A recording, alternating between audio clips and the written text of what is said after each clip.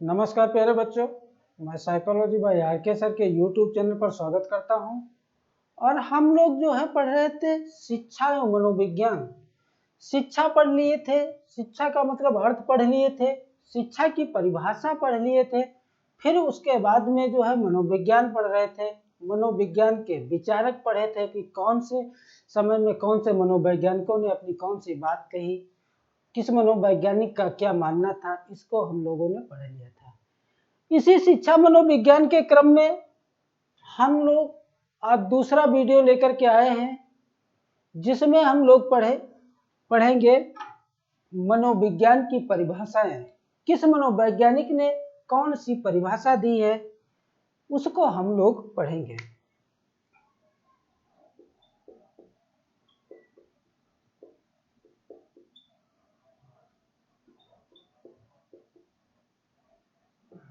मनोविज्ञान की परिभाषा। मनोविज्ञान की परिभाषा में हम लोग सबसे पहले परिभाषा पढ़ेंगे, वो है क्रो एंड क्रो की।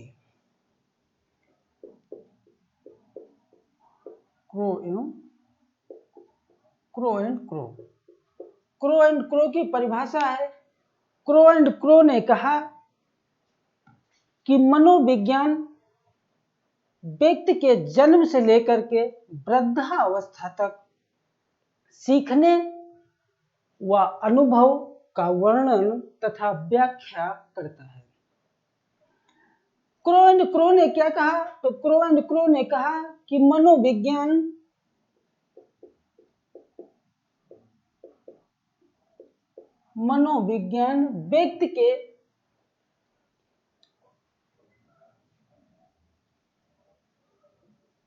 व्यक्ति के जन्म से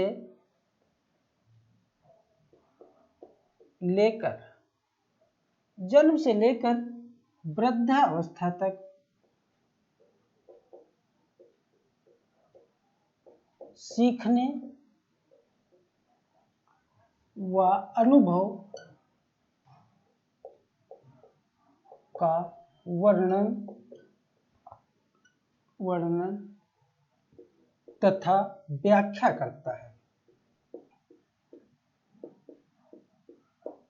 यह आपके एग्जाम की दृष्टि से बहुत महत्वपूर्ण परिभाषा है, क्योंकि बहुत सारे मनोवैज्ञानिकों ने परिभाषा दी, लेकिन जो एग्जाम की दृष्टि से महत्वपूर्ण है उनकी हम लोग जो है चर्चा करेंगे। अगली परिभाषा है वाटसन की। वाटसन का क्या मानना था, इन्होंने कौन सी परिभाषा दी? तो वाटसन ने कहा कि मनोविज्ञान व्यवहार का घनात्मक विज्ञान है।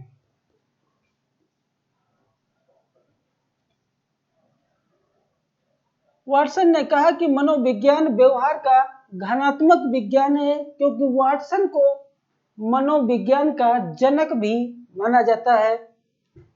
इसलिए मनोविज्ञान की परिभाषा वाटसन की भी जो है महत्वपूर्ण है। अगली परिभाषा है मैकडूगल की। तो मैकडूगल ने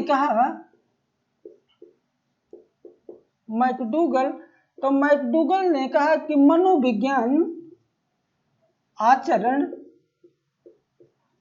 एवं व्यवहार का विज्ञान है।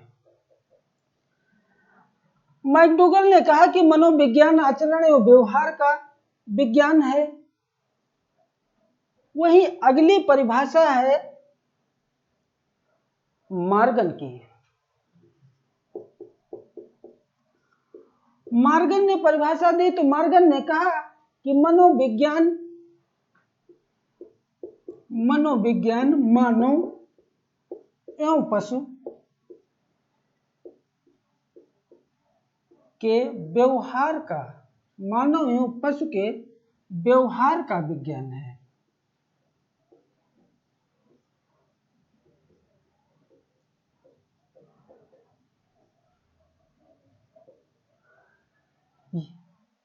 अगली परिभाषा है वुडवर्थ की।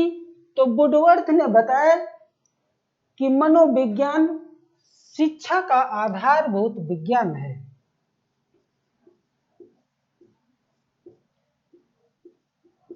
मनोविज्ञान शिक्षा का आधारभूत विज्ञान है। ये किसकी परिभाषा है? तो ये वुडवर्थ की परिभाषा है। ये 5 परिभाषाएं, 6 परिभाषाएं आपके एग्जाम की दृष्टि से जो बहुत महत्वपूर्ण हैं, उनकी हम लोगों ने चर्चा की। वैसे तो बहुत सारी परिभाषाएं हैं जो अलग अलग मनोवैज्ञानिकों ने दी है, लेकिन हम आपको जो बता रहे हैं क्योंकि एग्जाम में आपको बस उतना ही पढ़ना है जितना आपके सिलेबस में है। सिलेबस के बाहर आप पढ़ेंगे तो आप मेहनत तो बहुत ज्यादा करेंगे, लेकिन जो है जब एग्जाम हॉल में बैठेंगे तो आपको लगेगा कि सर पढ़ा तो मैंने बहुत था, लेकिन जो है पढ़ा हुआ कुछ आया नहीं, क्योंकि बस उतना ही आपको पढ़ना है जितना आपकी एग्जाम की दृष्टि से महत्वपूर्ण है। अब इसी पे जो है कुछ महत्वपूर्ण पॉइंट हैं, उनकी हम चर्चा करेंगे। महत्वपूर्ण बिंदु हैं, उनकी चर्चा करेंगे। तो इसके जो महत्वपूर्ण बिंदु हैं उनकी चर्चा करते हैं। तो पहला पॉइंट है,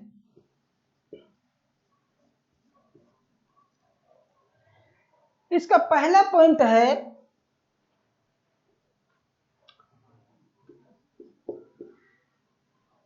लिख लीजिए आप लोग भी, क्योंकि एग्जाम में क्वेश्चन यहां से बहुत ज्यादा बनता है। विश्व में पहली प्रयोगशाला, विश्व में पहली प्रयोगशाला, या पहली की जगह पे यहां हम और चीज लिख सकते हैं, विश्व में पहली मनोविज्ञान प्रयोगशाला, विश्व में पहली मनोविज्ञान प्रयोगशाला की स्थापना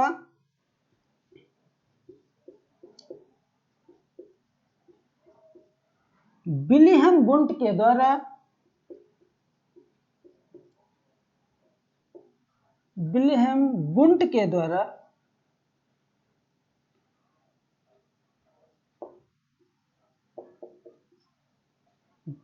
विलियम वुंट के द्वारा जर्मनी के लिम्पजिंग शहर में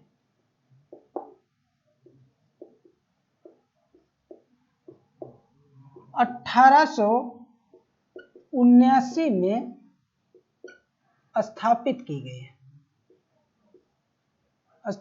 गई। जो वर्तमान समय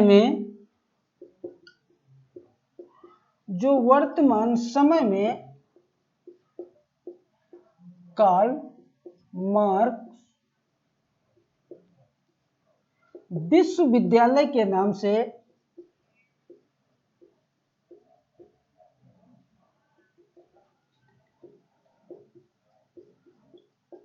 सुविख्यात है।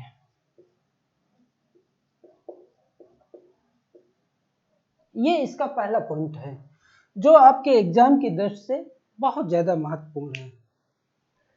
यदि आपसे प्रश्न पूछा जाए कि विश्व में सबसे पहली मनोविज्ञानशाला की स्थापना किसने की, तो विलियम वुंट ने की। कहां की, तो जर्मनी के लिम्पजिंग शहर में की। कब की, तो 1879 में की। वर्तमान उस प्रयोगशाला का क्या नाम है, तो वर्तमान में उस प्रयोगशाला का कार्ल मार्क्स विश्वविद्यालय के नाम से जाना जाता है। दूसरा इसका पॉइंट हम लोग नोट करेंगे। यदि आपसे पूछा जाए कि भारत में पहली प्रयोगशाला कब स्थापित की गई, भारत में मनोविज्ञान की पहली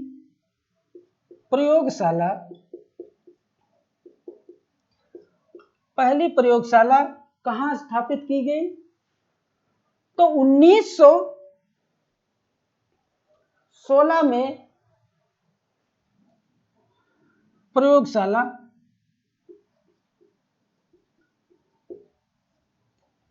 कलकत्ता में स्थापित की गई। कब? तो 1916 में। किसके द्वारा स्थापित की गई भारत में पहली प्रयोगशाला? तो एक मनोवैज्ञानिक हैं डॉक्टर एन सेन गुप्ता के द्वारा। एन सेन गुप्ता के द्वारा भारत में पहली प्रयोगशाला स्थापित की गई। आपसे प्रश्न पूछा जाए कि भारत में पहली प्रयोगशाला कहाँ स्थापित की गई? तो कलकत्ता शहर में स्थापित की गई। कब? तो 1916 में। किसके द्वारा स्थापित की गई? तो डॉक्टर एन सेन गुप्ता के द्वारा स्थापित की गई। अब आपको हम बता रहे हैं कि ये कलकत्ता शहर जो है ये पश्चिम बंगाल में पड़ता है, लेकिन हम लोग जो है एग्जाम की तैयारी कर रहे हैं यूपी टेट की, तो इसलिए उत्तर प्रदेश की मुझे पहली प्रयोगशाला की स्थापना के विषय में भी जानकारी होना चाहिए। तो तीसरा पॉइंट इसका लिखिए कि उत्तर प्रदेश में पहली प्रयोगशाला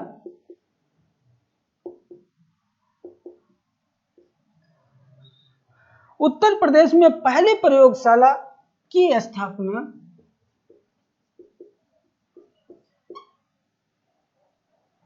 डॉक्टर चंद्रमोहन भाटिया के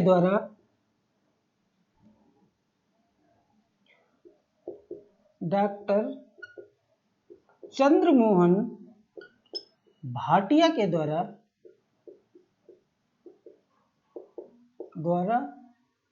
आचार्य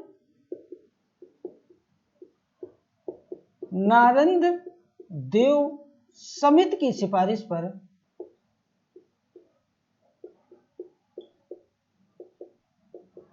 समिति की सिफारिश पर 1947 में प्रयागराज या इलाहाबाद शहर में स्थापित की गई।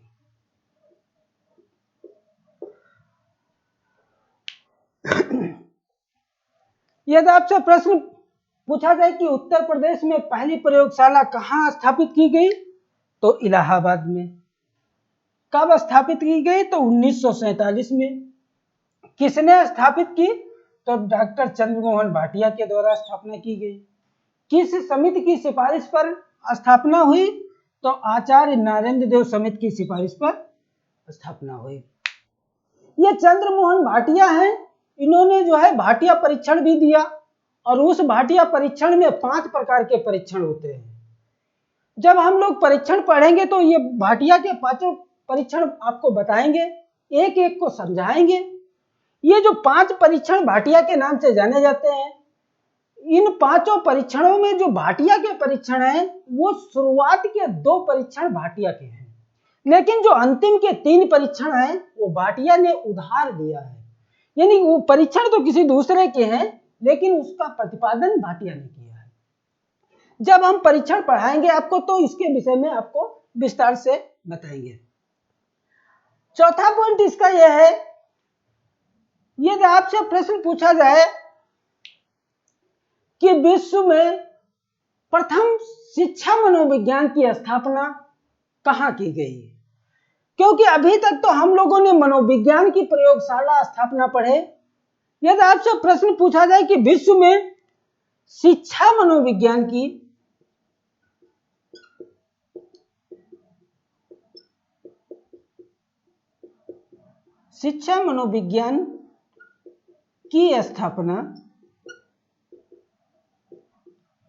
स्थापना किसने की? तो विलियम जेम्स ने इसकी स्थापना की। विलियम जेम्स ने स्थापना की। कब की? तो 1890 में की। कहां की? तो अमेरिका में की, अमेरिका में की। आप दोनों चीजों को समझ ले, ये मनोविज्ञान की प्रयोगशाला है तो विलियम वुंट के द्वारा जर्मनी में की गई 1879 में। लेकिन यदि शिक्षा मनोविज्ञान की प्रयोगशाला की स्थापना पूछे तो विलियम जेम्स ने की, और वो भी 1890 में की और अमेरिका में की। ये विलियम जेम्स जो हैं, ये विलियम वुंट के ही मित्र हैं, या विलियम वुंट के ही ये सहयोगी हम कह सकते हैं।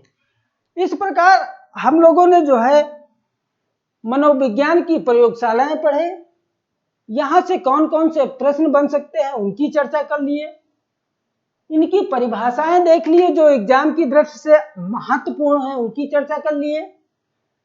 अब हम लोग जो पढ़ेंगे वो पढ़ेंगे शिक्षा और मनोविज्ञान में कैसा संबंध है।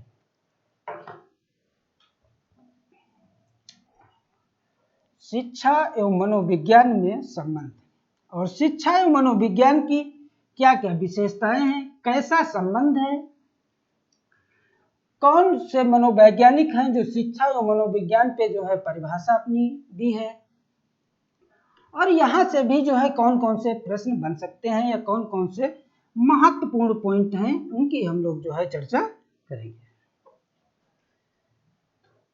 शिक्षा एवं मनोविज्ञान में संबंध।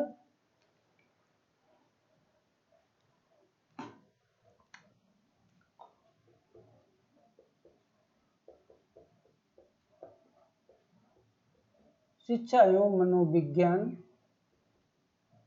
में संबंध। शिक्षा एवं मनोविज्ञान में संबंध हम आपको बता रहे हैं कि शिक्षा को हम शिक्षा शास्त्र भी कह सकते हैं, शिक्षा शास्त्र और मनोविज्ञान। शिक्षा शास्त्र और मनोविज्ञान दोनों का अर्थ पढ़ेंगे, क्या मतलब है। शिक्षा का संबंध जो है, शिक्षा का अर्थ है या संबंध है वो मानव व्यवहार के परिमार्जन से है, जबकि मनोविज्ञान का अर्थ है व्यवहार का अध्ययन। हम कह सकते हैं कि शिक्षा का अर्थ व्यवहार के परिमार्जन से है, व्यवहार का परिमार्जन, जबकि मनोविज्ञान का अर्थ व्यवहार का अध्ययन।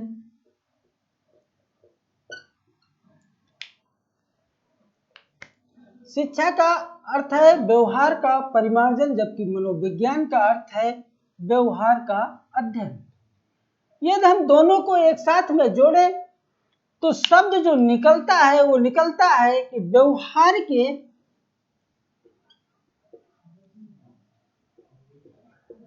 परिमार्जन के लिए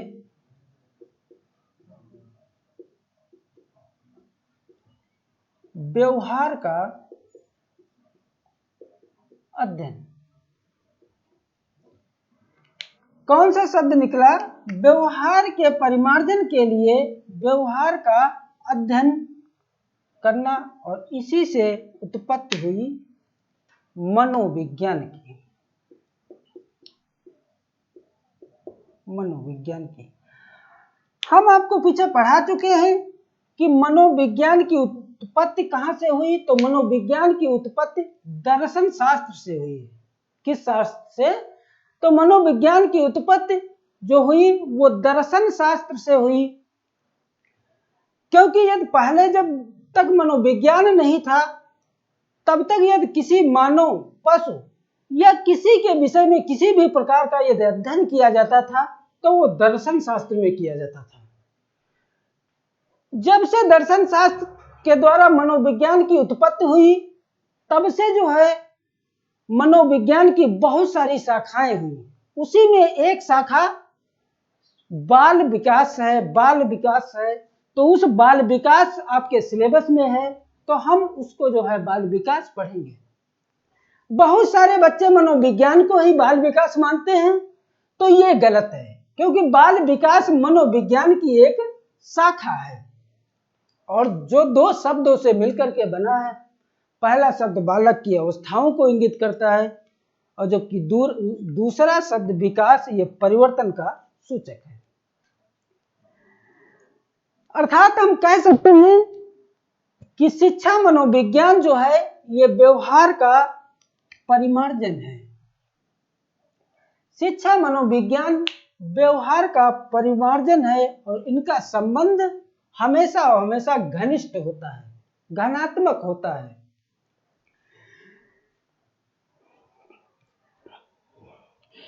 इस पर भी मनोवैज्ञानिकों ने जो है परिभाषा दी शिक्षा और मनोविज्ञान के संबंध में। पहली परिभाषा मनोवैज्ञानिक ने दी वो है काल्सनिक।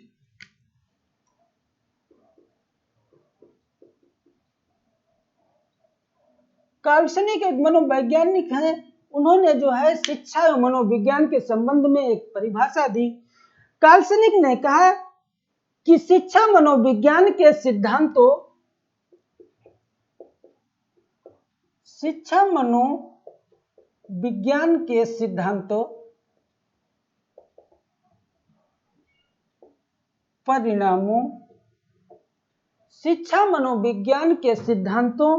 परिणामों का शिक्षा के क्षेत्र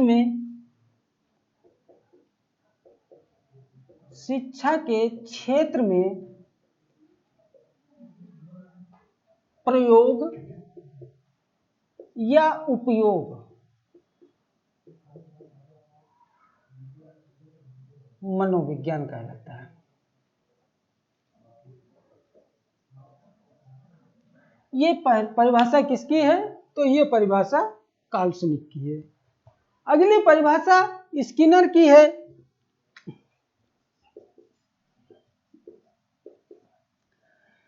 स्किनर ने परिभाषा दी। स्किनर ने कहा कि शिक्षा मनोविज्ञान की वह शाखा है जो शिक्षण तथा अधिगम से संबंधित है। शिक्षा मनोविज्ञान की वह शाखा है जो शिक्षण तथा अधिगम से संबंधित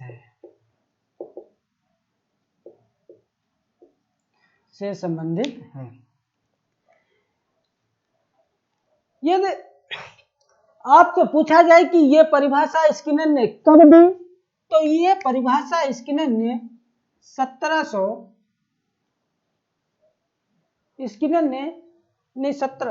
1962 में दी। कब दी? 1962 में ये परिभाषा स्किनर ने दी।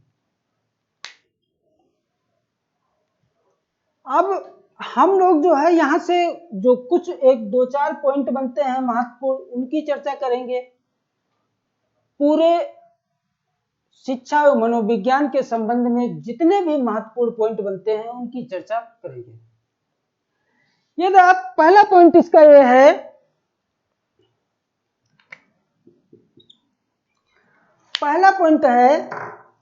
कि America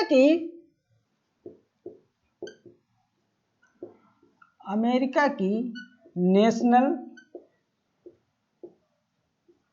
society of college teachers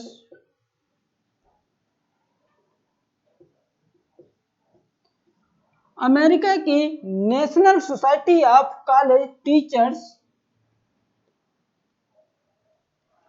teachers of education संस्था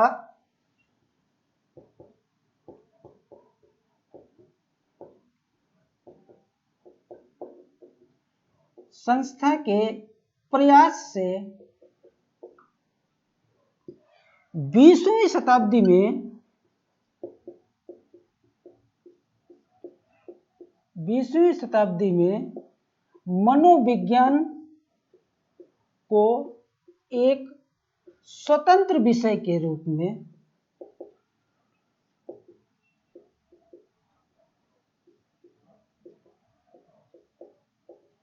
मान्यता मिली है।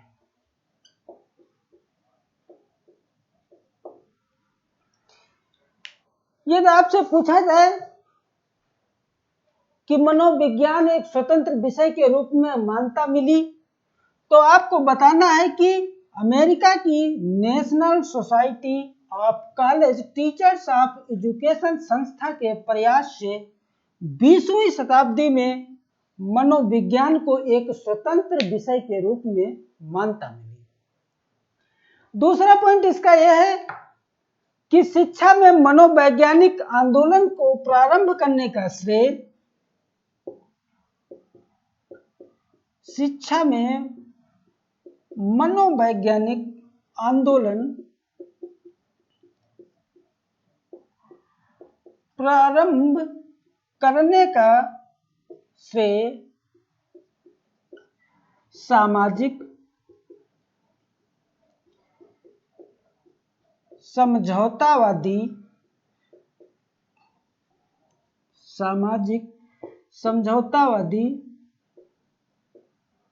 प्रकृतिवादी विचारक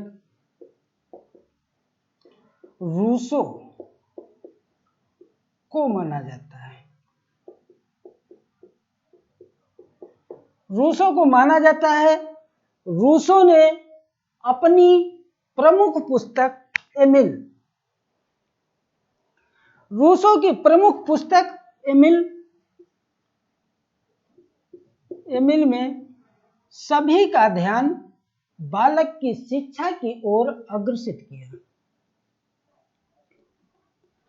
एमिल में सभी का ध्यान बालक की शिक्षा की ओर अग्रसित किया।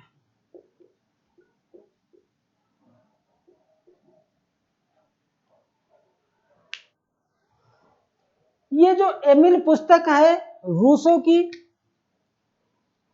इसका प्रकाशन कब हुआ? तो एमिल की ये पुस्तक का प्रकाशन 1762 में हुआ। कब हुआ? 1762 में इस पुस्तक का प्रकाशन हुआ, जो एमिल के नाम से जानी जाती है।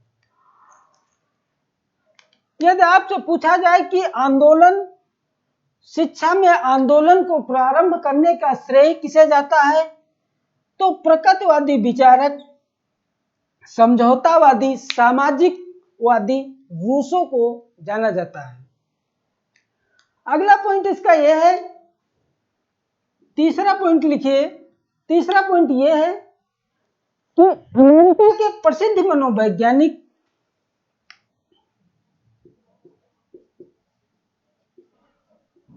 अमेरिका के प्रसिद्ध मनोवैज्ञानिक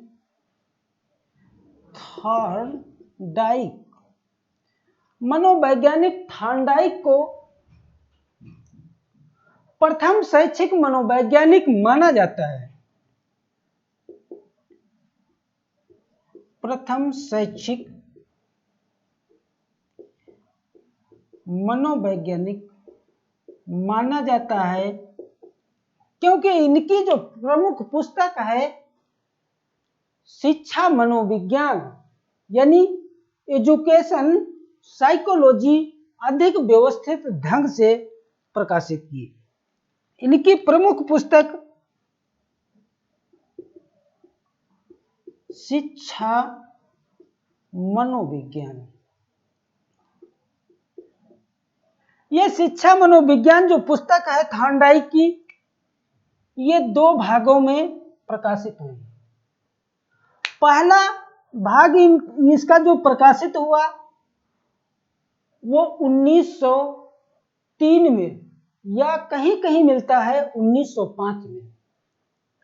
पहला इस शिक्षा मनोविज्ञान का भाग हम कह सकते हैं 2 खंडों में इसका प्रकाशन हुआ। पहला प्रकाशन 1903 या 5 में, जबकि दूसरा प्रकाशन 1913 में हुआ। पहला 1903 में और दूसरा 1913 में इसका प्रकाशन हुआ। इस प्रकार थांडाइक को प्रथम शैक्षिक मनोवैज्ञानिक माना जाता है।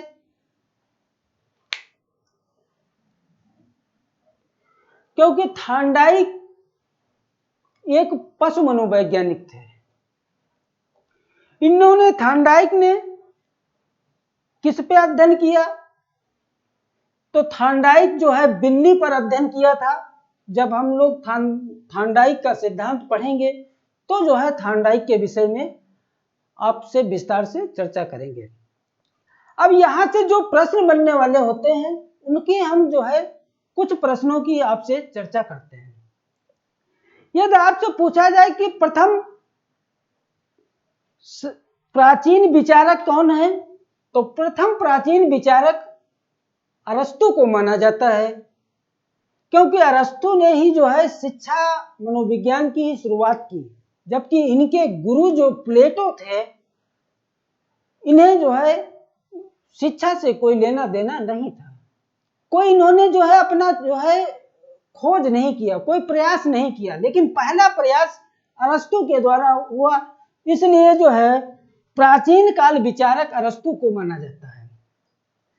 आपसे प्रश्न पूछा जाता है कि शिक्षा मनोविज्ञान की स्थापना कहाँ की गई? तो शिक्षा मनोविज्ञान की स्थापना जर्मनी में की गई। किसके द्वारा की गई? तो विल्हेम वुंट के द्वारा की गई। कब की गई? तो 1879 में की गई। वर्तमान समय में वो जो है कार्ल मार्क्स विश्वविद्यालय के नाम से सुविख्यात है। यदि आपसे प्रश्न पूछा जाए कि जो है प्रयोगशाला प्रयोगात्मक विधि को सर्वप्रथम किसने प्रस्तावित किया? तो प्रयोगात्मक विधि का सर्वप्रथम विलियम वुंट ने किया, क्योंकि इन्होंने जो है प्रयोगशाला की स्थापना की थी, इसलिए इन्हें प्रयोगात्मक विधि का भी जनक कहा जाता है। आपसे पूछा जाए कि आधुनिक मनोविज्ञान का क्या अर्थ है? तो आधुनिक मनोविज्ञान का अर्थ है कि व्यवहार का अध्ययन।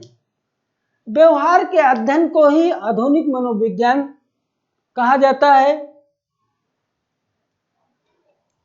अगला प्रश्न बनता है कि मनोविज्ञान व्यवहार का घनात्मक विज्ञान है। किस मनोवैज्ञानिक ने कहा कि मनोविज्ञान व्यवहार का घनात्मक विज्ञान है? तो वो मनोवैज्ञानिक हैं आपके वाटसन। वाटसन को ही व्यवहारवाद का जनक कहा जाता है। लेकिन यह प्रश्न पूछा जाए कि व्यवहारवाद की स्थापना किसने की? तो व्यवहारवाद की स्थापना थांडाइक ने की। लेकिन व्यवहारवाद का जनक किसे माना जाता है? तो वाटसन को माना जाता है। अगला आपसे प्रश्न होता है कि शिक्षा मनोविज्ञान किसके किसके लिए जरूरी होता है? तो शिक्षा मनोविज्ञान सबसे पहले तो शिक्षक के लिए भी जरूरी होता है, बालक के लिए भी जरूरी होता है और अभिभावकों के लिए भी जरूरी होता है। क्योंकि इन तीनों के द्वारा जो है शिक्षा को अधिक व्यवस्थित ढंग से जो है बालकों को पढ़ाया जा सकता है। यदि आपसे पूछा जाए कि विकासात्मक मनोविज्ञान में जीवन का आरंभ कहां से माना जाता है? तो विकासात्मक मनोविज्ञान में जीवन का जो आरंभ माना जाता है वो जन्म से माना जाता है। कहां से माना जाता है? जन्म से माना जाता है।